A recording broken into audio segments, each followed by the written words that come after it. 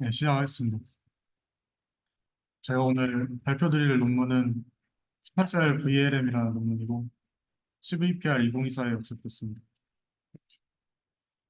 최근에 VLM 같은 경우 많은 태스크에서 좋은 퍼포먼스를 내고 있는데 그중에서 이제 VQA 벤치마크에서도 좋은 성능을 내고 있다고 합니다. 근데 여기 이 왼쪽 피규어에 보이시는 것처럼 이 타자랑 심판 사이의 거리를 구한다든지 이 의자랑 과일 중에서 어떤 게 더 가까이에 있는지에 대한 그 스파셜 리즈닝을 필요로 하는 그런 테스트에서는 좀 좋지 않은 성능을 내고 있다고 합니다.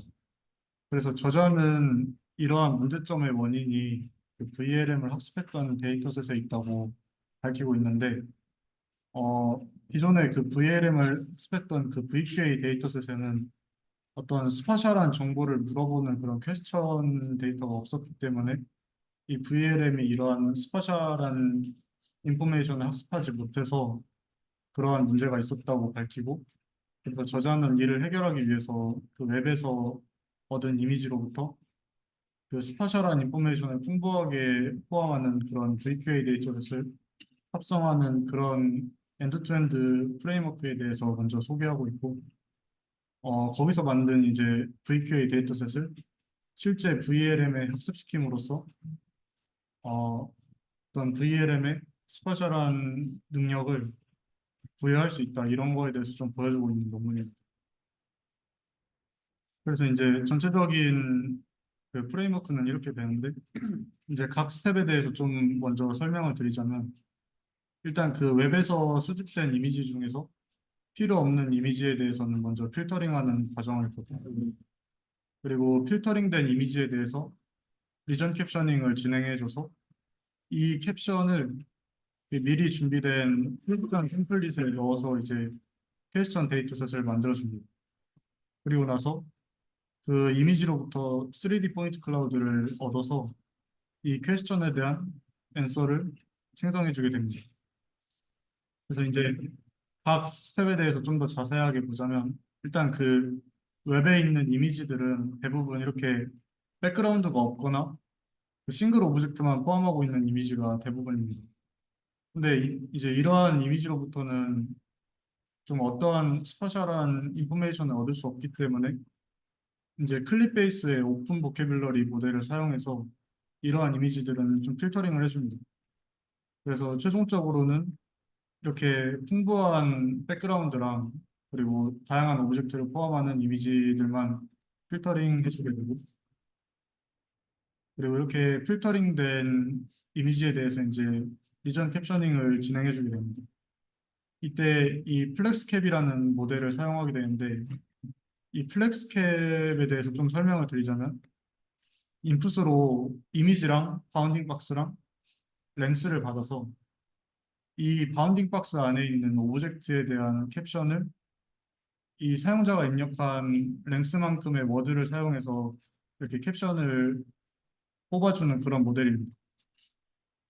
그래서 이 스파셜 VLM은 이 랭스를 1에서 6 사이의 랜덤한 값을 사용을 해가지고 어떤 한 오브젝트에 대해서 다양한 캡션이 뽑힐 수 있게 그렇게 해줬고, 그래서 만약에 이미지 안에 좀 비슷한 오브젝트가 여러 개 있더라도 그 캡션이 좀 겹치는 경우가 없어지도록 그렇게 해줬다고 합니다. 그리고 나서 이제 어, 이 캡션의 모호함을 좀 없애주기 위해서 그 모호성 제거해주는 과정을 한 번 더 거치는데, 우선 그 방금 플렉스캡으로 생성한 그 캡션들을 일단 임베딩 레이어에 넣어서 이 텍스트 임베딩 벡터를 뽑아줍니다. 그리고 나서 이 임베딩 벡터끼리의 그 시밀러리티를 구해서 이 시밀러리티가 특정 스레시홀드 이상이면은 얘네를 같은 비슷한 캡션으로 이제 인식을 하고 클러스터링을 해주게 됩니다. 그래서 모든 캡션에 대해서 클러스터링을 수행을 해주고, 이 클러스터 안에 원소가 만약에 2개 이상이면 그 모호성을 제거해주기 위해서 해당 캡션은 전부 제거해줍니다. 그리고 만약에 이제 그 클러스터 안에 원소가 정확히 2개인 경우는 그 투더 레프트나 투더 라이트와 같이 스파셜한 어트리뷰트를 이 캡션에 어그멘테이션 해줌으로써 이런 캡션의 모호성을 좀 해결해줬다고 합니다.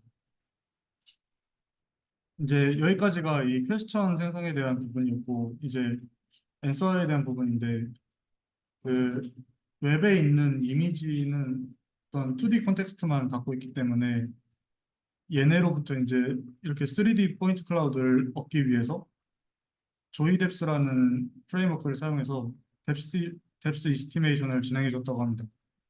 그래서 그 이미지 코디네이트 안에 있던 오브젝트를 카메라 코디네이트로 리프팅을 시켜주고 그 리프팅된 카메라 코디네이트로 리프팅된 그 포인트 클라우드에 대해서 이제 앤서를 생성하게 되는데 근데 이 카메라 코디네이트에 있는 그 포인트 클라우드를 바로 사용하게 됐을 경우 문제점이 하나 있는데 어, 그 오브젝트가 이 이미지의 최상단에 있다고 해서 이 오브젝트가 그라운드로부터 가장 멀리 떨어진 오브젝트라는 게 보장되지 않을 수가 있습니다.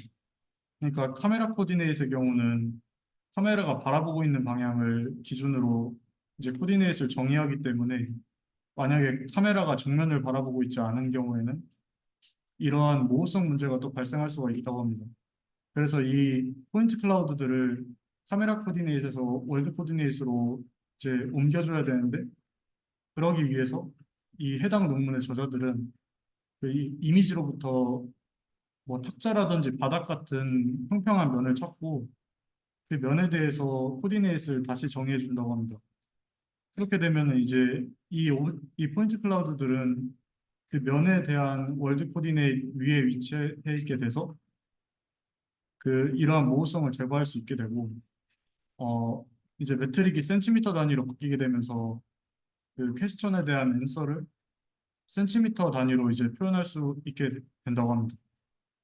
근데 이제 이 방법의 문제점은 만약 이미지에 어떤 면이 충분히 감지되지 않을 경우에는 이러한 방식을 사용할 수가 없어가지고 그 어떤 물체의 높낮이와 같은 퀘스천 데이터를 생성하지 않았다고 하는데 이 부분은 그냥 카메라 캘리브레이션으로 그 익스트린식 카메라 파라미터를 추정하면은 해결할 수 있는 부분이 아닌가 싶긴 한데 이 부분을 왜 이런 방식을 채택했는지는 정확하게 이해가 되지 않았습니다. 그래서 일단 이런 부분이 있다고 언급하고 넘어가도록 하겠습니다. 그래서 지금까지 과정으로 이제 캡션이랑 3D 포인트 클라우드를 얻었는데 이렇게 얻은 데이터들을 바탕으로 미리 정의한 그 템플릿에 넣어줌으로써 이제 Q&A, VQA 데이터셋을 합성하게 됩니다. 이 데이터셋 같은 경우는 크게 두 종류로 나눠져 있는데 먼저 퀄리테이티브 Q&A 같은 경우는 어떤 사람을 기준으로 이 오브젝트가 왼쪽에 있는지 오른쪽에 있는지나 아니면은 더 위에 있는지 아래에 있는지 같은 그런 스파셜한 릴레이션을 묻는 Q&A 데이터셋이고 퀀터테이티브 Q&A 같은 경우는 두 사람의 거리를 이제 센티미터로 표현해 달라던가 아니면 어떤 물체의 너비를 센티미터 단위로 표현해 달라는 그런 구체적인 수치를 요구하는 Q&A 데이터셋입니다. 그래서 이 총 38종류의 퀄리테이티브와 퀀터테이티브 퀘스천을 디자인했고 또 여기서 각각 20개의 퀘스천 템플릿과 10개의 앤서 템플릿을 사용했다고 합니다. 그리고 이제 지금까지 만든 VQA 데이터셋을 이제 VLM에 학습시키기 위해서 학습 모델로는 이 팜2라는 모델을 사용했다고 합니다. 이 팜2 같은 경우는 이제 인풋으로 텍스트 이외에 뭐 이미지 같은 리프레젠테이션을 받았을 때 그 각 리프레젠테이션에 해당하는 적절한 인코더를 붙여줘가지고 이 리프레젠테이션을 텍스트 인베딩에 인코딩해주는 그런 역할을 수행합니다. 그래서 여기 보이시는 것처럼 비주얼 퀘스천 앤서링에 좀 특화되어 있는 모델이라고 생각을 하시면 될 것 같습니다. 그래서 이 스파셜 VLM 같은 경우는 이 팜이라는 모델을 사용해서 지금까지 합성한 그 VQA 데이터셋을 학습했습니다. 그리고 나서 이제 인퍼런스를 할 때는 체인 오브 더 스파셜 리저닝이라는 방법을 이제 사용을 하는데 그냥 VLM만 단독으로 사용하지 않고 LLM이랑 VLM 간의 지속적인 커뮤니케이션을 해줌으로써 여기 보이시는 것처럼 좀 복잡한 스파셜 리저닝도 가능하게 했다고 합니다. 그래서 이거는 실험 결과인데 그 앞에 보이시는 선행 VLM 대비 뭐 좋은 퍼포먼스를 보이고 있다 이런 거를 나타내고 있고 그리고 가우시안 노이즈를 추가해도 좀 로버스트하다 MSE가 거의 변하지 않는 모습을 확인할 수 있습니다. 그리고 이거는 이제 그 어떤 스파셜한 정보를 묻는 그런 질문에 대해서 그 질문의 요지를 정확하게 파악하고 얼마나 좀 정확한 답변을 했는지에 대한 비율인데 GPT-4의 경우는 이제 1%만의 1%가량의 정확한 답변을 했다면 이 스파셜 VLM은 99%의 정확도를 보여줬다고 합니다. 그리고 이제 이러한 걸 바탕으로 로보틱스 분야에도 좀 적용이 가능하다고 저자들은 설명을 하고 있습니다. 그래서 콘클루션은 이렇게 되고, 네, 제가 준비한 부분 여기까지입니다. 질문 있으시면 해주시면 될 것 같습니다.